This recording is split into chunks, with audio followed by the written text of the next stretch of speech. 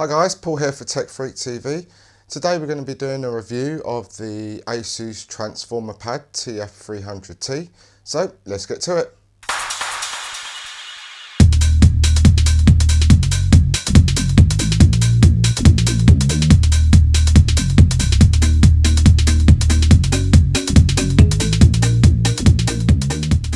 Hi guys, welcome back. So here we have the Asus Transformer Pad TF300T.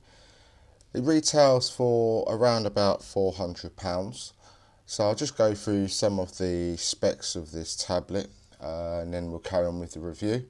So first off, this weighs around about 455 grams. It is a 10.1 inch tablet. It's got the IPS LCD capacitive touchscreen with 16 million colours. And it's got 1280 by 800 pixels. This is the blue version. It does also come in red and white as well. It's got a gig of RAM, and that's DDR3 SDRAM. This comes with 32 gigabytes of internal storage. It's got a 20 watt battery, and you get 15 hours use with the dock, and I'll be showing you the dock later on during the review. The PPI of this is 149. It's got 10 finger multi-touch.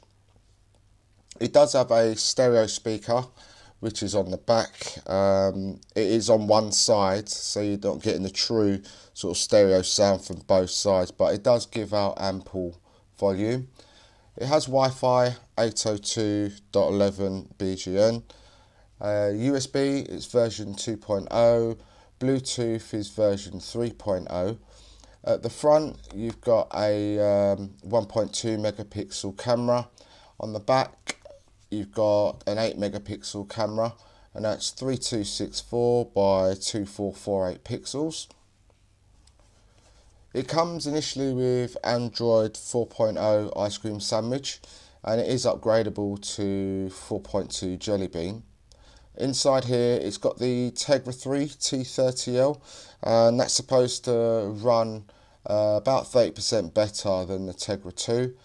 And it's also got the quad-core 1.4 GHz Cortex A9 processor.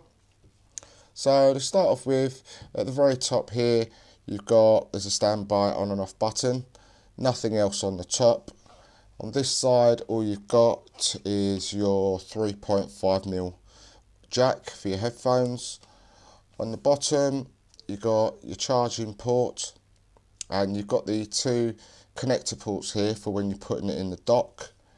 And on this side, you've got the volume rocker, you've got mini HDMI, and here is where you've got your SD card. So we turn this on. So as I said, this is a 10.1 inch tablet. It is a nice tablet, it feels very strong in the hand. I must say it's very well made. You've got your standard screens on here, and what you'll see is when you get to the end, it does bounce back, so it continues. Same as with normal Android. You can pinch, come back a step. You can pinch to look at all your windows, and if you want, you can just hold the window, swap it with somewhere else. At the moment, I've got this one with the weather widget as my home screen, but obviously if I wanted to change that, you've got a little icon here for the home, for just zooming on that.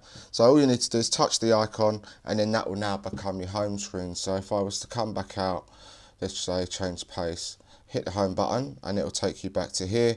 Same again, just hit the little home icon, and then it brings you back to normal. I mean, now as you can see, it's a very, very responsive screen. Doesn't matter how fast you go, it always catches itself back up again. There's a nice little sort of hidden toggles away here. If you use a 2-finger upward swipe, what you'll notice is that tray comes up, so you can manage what widgets are in there. If you have a look straight away at the internet, you can see there that it does load pretty quickly, and it's very, very responsive. So we come back here. Across the bottom, as you can see, you've got the time on the right hand side. You can touch that. you've got some quick toggles there. So you've got different modes, so you've got different power settings. So I've got it set to the first setting. The second one is performance mode. So obviously the processors are going to be running a little bit faster, so you're going to get a little bit more obviously battery drain. Or you can leave it balanced mode, so if it needs more processing power it's going to use it. If it doesn't, then obviously it will run at a lower rate. Here you've got your auto screen rotate, so obviously if you twist this round from one side to the other, it allows you to turn that feature on and off. You've got your Wi-Fi, so you've got your Wi-Fi, you've got your Bluetooth, and obviously that's for your silent mode if you want to activate your silent mode. You've got your settings button at the top. Next to that you've got a battery indicator. If I bring that a bit closer you can see that a bit clearer. So you've got your battery indicator, the day, the date and the time at the top. So as we get into the settings here, these are all the Wi-Fi settings on this side. On here you've got the Bluetooth toggle. Under that you've got your data usage, so if you wanted to monitor what you're using you can preset this so you know month to month what it is that you're using, and it tells you which apps are obviously using the most data as well. You've got your sound settings, so if you want to adjust your volumes you can do that from here. So music, game volume, notifications and alarms. Just take that down. You've got your display settings, so if you want to adjust the brightness you can do. So you can, I'll just show you how dark it does go if I come back out and go home. So that, as I said, is at its darkest point. I've got quick access to here. If I bring this one down, there you go. So you can see it does go pretty dim, and if you bring it back up to full brightness, there you can see it does get very bright as well. Let's take you back into the settings menu. So underneath that you've got the storage, battery, your applications, so you can have a look at the downloaded applications, you can have a look at running applications currently running on the device at the moment, and then you can have a look at all the applications. If you've got more than one user you can put them in here.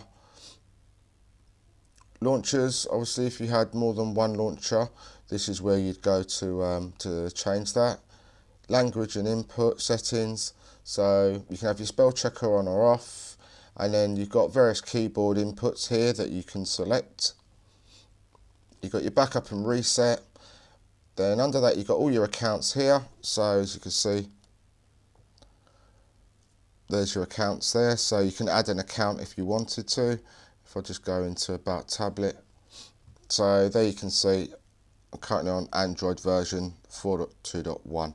I must say with the Asus, they are very quick to update, so any available updates to the software they do come through pretty quickly. So at the very top you've got an icon here, and that's like a quick access to the settings icon. So you can go into settings, change the theme, notifications, lock screen, adjust your preferences if you wanted to change any of the preferences here, and that's for your screen, app drawer, gesture settings. Next to that one you've got your gestures, so you can draw a gesture on here and then it will automatically open that application. Here if you wanted to drag an application you can just select the window that you want to put an application on, so we'll go with this one, and let's say we want to drop something down. Alright, let's say BBC News, so you just drag, drop and then that's done. So now if I go home, scroll across, the application's now on that home screen. If you want to delete it you can just press and hold it, hit delete button, and then that's gone back into the app drawer. Alright, here is the app drawer itself. So as you can see you can scroll through and it does bounce, so when it hits the last page it goes back to where it started from. At the very top here you can sort out the applications into alphabetical, earliest installed first, latest installed first, or your most used applications. If you wanted to organise folders you can do that, so you just select the apps that you want to put into a folder, give the folder a name, press OK, and then all of those apps will now be in a separate folder. And over here, if you've got any hidden applications or you want to hide any particular applications, you can do that on this tablet without having to get an additional app to do that for you. Next to the apps here at the top are your widgets. So if you want any more, you can actually just go and get some more from the market.